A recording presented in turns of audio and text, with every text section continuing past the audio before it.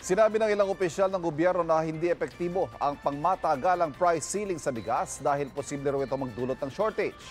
Ang nakikitang paraan naman ni Finance Secretary Benjamin Diokno para mapababa ang presyo ng bigas, ibaba ang taripa sa ini-import na bigas, bagay na tinutulo naman ng grupo ng mga magsasaka. Narito ang aming unang balita ni Maki Pulido.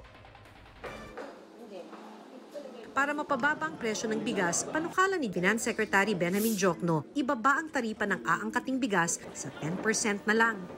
Parang di na raw natuto ang gobyerno, sabi ng Federation of Free Farmers. Kaya nga raw tayo nasa gitna ng krisis ay dahil sa bumabang rice production na bunga raw ng ibinagsak na taripa sa imported rice sa ilalim ng rice tariffication law. We have become too reliant on imports, no? And now their solution is more imports at lower tariff, no? At dahil ang madalas lang naman daw ini-import ay premium na bigas, mga may kaya lang ang makikinabang sa pagbagsak ng taripa.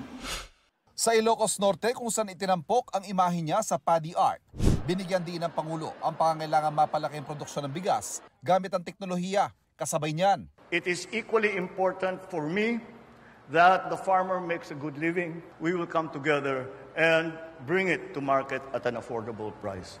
Pero kahit kulang pa ang produksyon, nagpako na siya ng price cap. Pero ang kapatid ng Pangulo na si Senador Amy Marcos binigyan din sa isang pahayag na nagkaroon ng price cap ng walang konsultasyon sa economic team at ngayon nagkakagulo sa mga warehouse.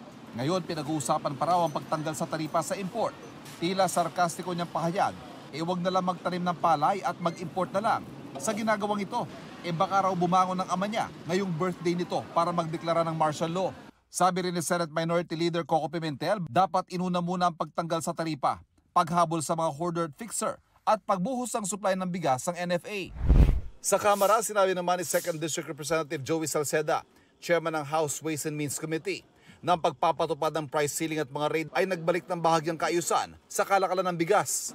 Sabi pa ng ilang kaalyado ng Pangulo. Alam naman natin na with a price ceiling, sa pangmatagalan, hindi siya magiging effective dahil nga magkakosya ng shortages. Naging value talaga ng ceiling is isa siyang signal sa ating hoarders na we're gonna go after you.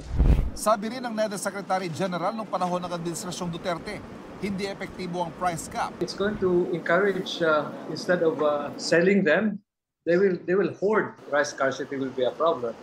The supply will be limited. The demand is strong. So you have a problem there. Okay. Ito ang unang balita. Ivan Merina, Maki Pulido para sa GMA Integrated News. Mga kapuso, para laging una sa mga balita, bisitahin at mag-subscribe sa GMA Integrated News sa YouTube.